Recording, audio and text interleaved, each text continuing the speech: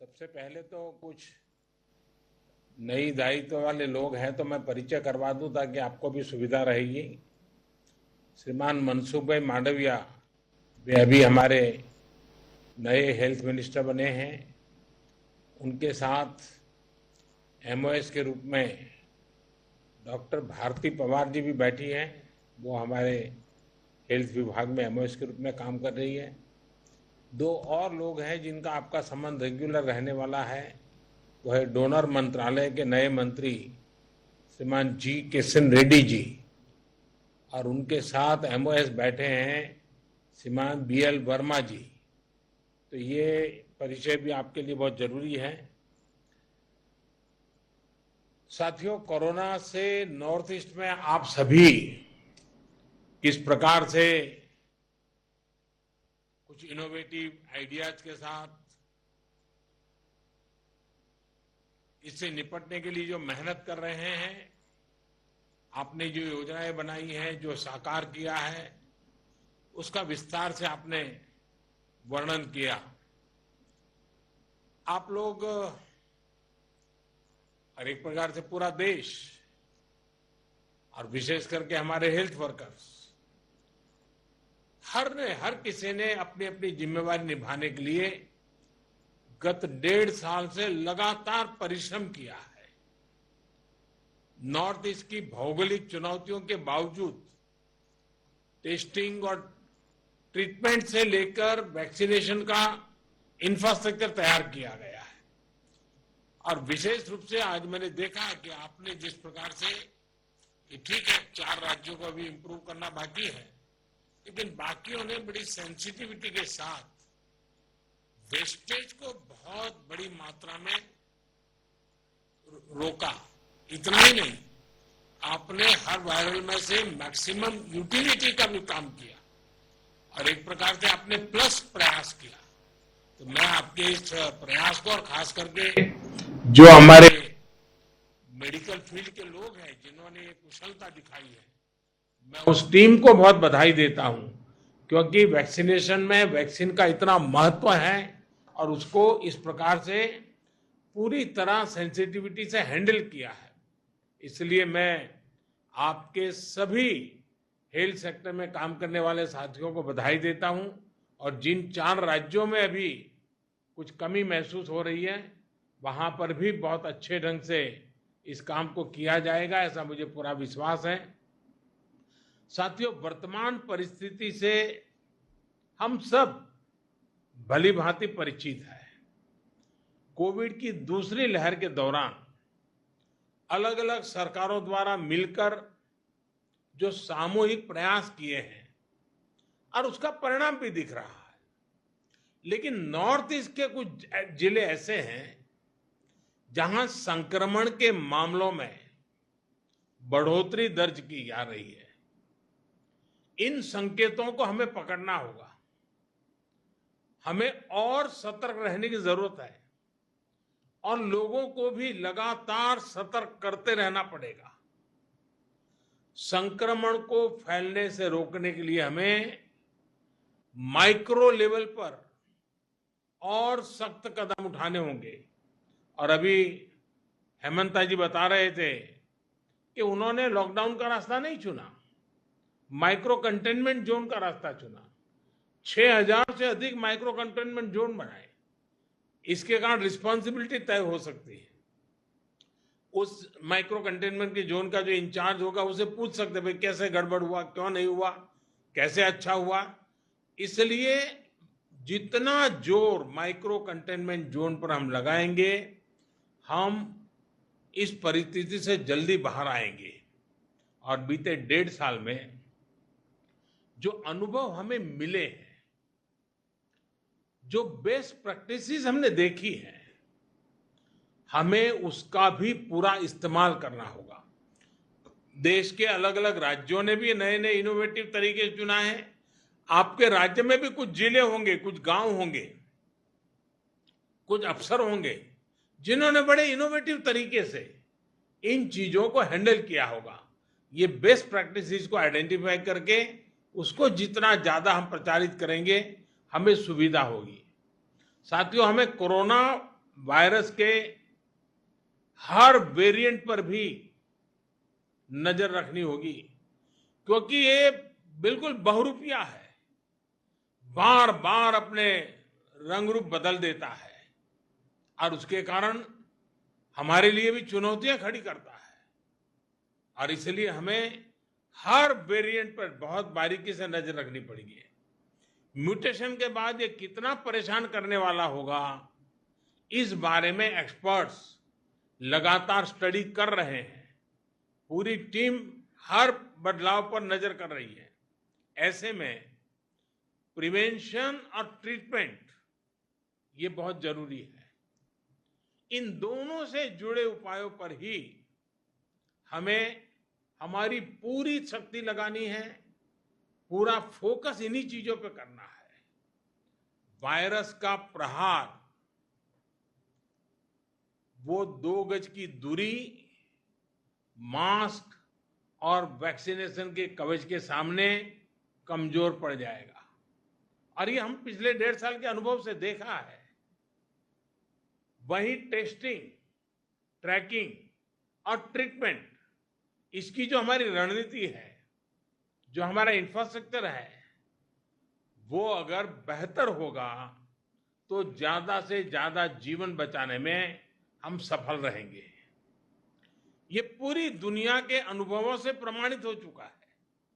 और इसलिए हमें हर नागरिक को कोरोना बचाव के लिए बने नियमों का पालन करने के लिए निरंतर प्रोत्साहित करते रहना होगा।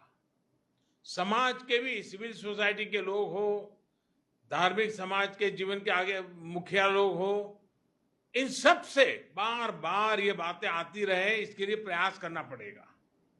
साथियों, ये सही है कि कोरोना की वजह से टूरिज्म, व्यापार, कारोबार ये बहुत प्रभावित हुआ है।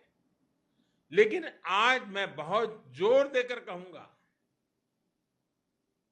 कि हिल स्टेशन में, मार्केट्स में बिना मास्क पहने, बिना प्रोटोकॉल का अमल किए बिना भारी भीड़ का उमड़ना, मैं समझता हूं एक चिंता का विषय है, ये ठीक नहीं है। कई बार हम ये तर्क सुनते हैं और कुछ लोग तो बड़ा सीना तान करके बोलते हैं, अरे भाई, तीसरी लहर आने से पहले हम एंजॉय करना चाहते हैं। ये बात लोगों को समझाना जरूरी है कि तीसरी लहर अपने आप नहीं आएगी। कभी कभी लोग सवाल पूछते हैं, तीसरी लहर की क्या तैयारी की है, तीसरी लहर के लिए आप क्या करेंगे। आज सवाल ये होना चाहिए हमारे मन में कि तीसरी लहर को आने से कैसे रोकना है, हमारे प्रोटोकॉल को चुस्ती से कैसे अमल करना है। अगर, और ये कोरोना ऐसी चीज है, वो अपने आप नहीं आती है, कोई जाकर के ले आए तो आती है। और इसलिए हम अगर इन चीजों को बराबर सावधानी करेंगे तो हम तीसरी लहर को ही रोक पाएंगे। आने के बाद क्या करेंगे वो एक विषय है, लेकिन आते हुए रोकना ये प्रमुख विषय है। और इसके लिए हमारे नागरिकों में सजगता, सतर्कता, प्रोटोकॉल का पालन, इस पर हमने थोड़ा सा भी कॉम्प्रोमाइज नहीं करना है। और एक्सपर्ट भी बार बार ये चेतावनी दे रहे हैं कि असावधानी, लापरवाही, भीड़भाड़, ऐसे कारणों से कोरोना संक्रमण में भारी उछाल आ सकता है। और इसलिए ये जरूरी है कि हर स्तर पर हर कदम गंभीरता के साथ उठाए जाए। अधिक भीड़ वाले जो आयोजन रुक सकते हैं, उनको हमें रोकने का प्रयास करना चाहिए। साथियों, केंद्र सरकार द्वारा चलाए जा रहे सबको वैक्सीन, मुफ्त वैक्सीन अभियान की नॉर्थ ईस्ट में भी उतनी ही अहमियत है। तीसरी लहर से मुकाबले के लिए हमें वैक्सीनेशन की प्रक्रिया तेज करते रहना है। हमें वैक्सीनेशन से जुड़े भ्रम को दूर करने के लिए सामाजिक, सांस्कृतिक, धार्मिक, शैक्षणिक जितने भी लोग हैं, जितनी भी सेलिब्रिटीज हैं, सबको हमने जोड़ना है। हर एक के मुंह से इस बात को नीचे प्रचारित करना है और लोगों को मोबिलाइज भी करना है। अभी नॉर्थ ईस्ट के कुछ राज्यों में टीकाकरण को लेकर सराहनीय काम हुआ है। मैंने प्रारंभ में भी कहा, जहां कोरोना का संक्रमण फैलने का खतरा ज्यादा है, वहां वैक्सीनेशन पर और भी बल दिया जाए। साथियों, हमें टेस्टिंग और ट्रीटमेंट से जुड़े इंफ्रास्ट्रक्चर में सुधार करते हुए आगे चलना है। इसके लिए हाल ही में कैबिनेट ने 23,000 करोड़ रुपए, भारत सरकार ने 23,000 करोड़ रुपए का एक नया पैकेज भी स्वीकृत किया है। नॉर्थ ईस्ट के हर राज्य को इस पैकेज से अपने हेल्थ इंफ्रास्ट्रक्चर को मजबूत करने में बहुत मदद मिलेगी। इस पैकेज से नॉर्थ ईस्ट में टेस्टिंग, डायग्नोस्टिक, जीनोम सीक्वेंसिंग, इसको बहुत बढ़ावा मिलेगा। जहां केस बढ़ रहे हैं, वहां तुरंत आईसीयू बेड कैपेसिटी बढ़ाने में भी इससे मदद मिलेगी। विशेष रूप से हमें ऑक्सीजन पर पीडियाट्रिक केयर से जुड़े इंफ्रास्ट्रक्चर के निर्माण के लिए तेजी से काम करना होगा। पीएम केयर्स के माध्यम से देश भर में सैकड़ों नए ऑक्सीजन प्लांट्स लगाए जा रहे हैं और मुझे खुशी हुई आप सभी मुख्यमंत्रियों ने इस काम में जो तेजी से प्रगति हो रही है, इसके लिए बहुत संतोष व्यक्त किया। नॉर्थ ईस्ट के लिए करीब 150 प्लांट स्वीकृत हुए हैं। मेरा आप सभी से आग्रह है कि जल्द से जल्द पूरे हों, कहीं कोई बाधा ना आए, इस पर भी एक दृष्टि रखें और इसके लिए आवश्यक जो मैन पावर है, स्किल मैन पावर है, उसको भी तुरंत साथ साथ तैयार कर लीजिए ताकि बाद में जाकर के वो दिक्कत ना आए। नॉर्थ ईस्ट की भौगोलिक स्थिति को देखते हुए अस्थायी अस्पताल बनाना भी बहुत जरूरी है। एक और अहम विषय है, जैसे मैंने प्रारंभ में कहा और फिर भी एक मैंने उल्लेख किया, ट्रेन मैन पावर का। जो ऑक्सीजन प्लांट लग रहे हैं, जो आईसीयू वार्ड बन रहे हैं, जो नई मशीनें ब्लॉक स्तर के अस्पतालों तक पहुंचाई जा रही हैं, उनको सुचारू रूप से चलाने के लिए ट्रेन मैन पावर भी आवश्यक है। इससे जुड़ी जो भी मदद आपको चाहिए, केंद्र सरकार वो उपलब्ध कराएगी। साथियों, आज हम पूरे देश में 20 लाख से अधिक टेस्ट प्रतिदिन करने की क्षमता तक पहुंच चुके हैं। नॉर्थ ईस्ट के हर जिले में, विशेष रूप से अधिक प्रभावित जिलों में, टेस्टिंग इंफ्रास्ट्रक्चर को प्राथमिकता के आधार पर बढ़ाना होगा। यही नहीं, रैंडम टेस्टिंग के साथ साथ हम क्लस्टर वाले ब्लॉक में एग्रेसिव टेस्टिंग करें, इसको लेकर भी हमें जरूरी कदम उठाने चाहिए। मुझे पूरा विश्वास है कि हम सबके सामूहिक प्रयासों से, देश की जनता के सहयोग से हम कोरोना संक्रमण को सीमित रखने में जरूर सफल होंगे। मैं फिर एक बार आज विस्तार से नॉर्थ ईस्ट की चर्चा करके बहुत स्पेसिफिक विषयों पर हम चर्चा कर पाए।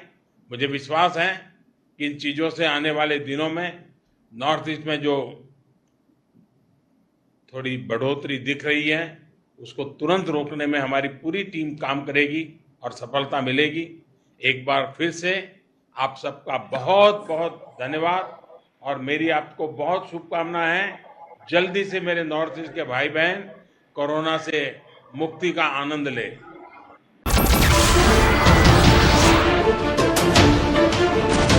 नमस्कार, मैं हूं मानक गुप्ता। अगर आपको हमारा ये वीडियो पसंद आया हो तो इसे लाइक और शेयर जरूर करें और हाँ, हमें सब्सक्राइब और फॉलो करना ना भूलें ताकि आप देश और दुनिया की कोई खबर मिस ना करें। तो जुड़े रहिए हमारे साथ और देखते रहिए न्यूज़ 24।